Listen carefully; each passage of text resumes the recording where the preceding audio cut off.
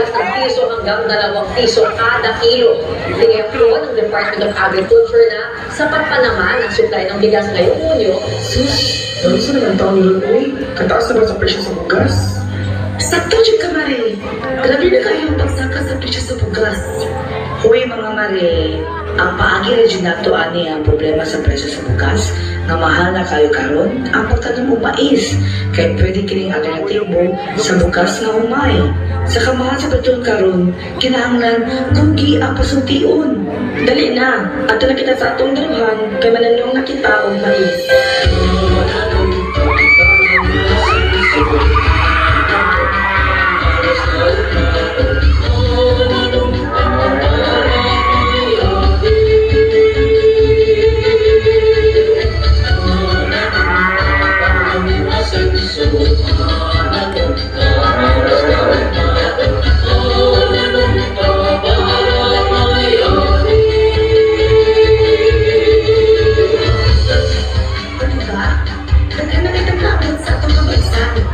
Dapat kita pasalamat sa atong nagong kamagaon ang sabi sa tulad-tulad. Kita dako kadalahan, tumaya tumatamnan sa atong mga pagkakaroon.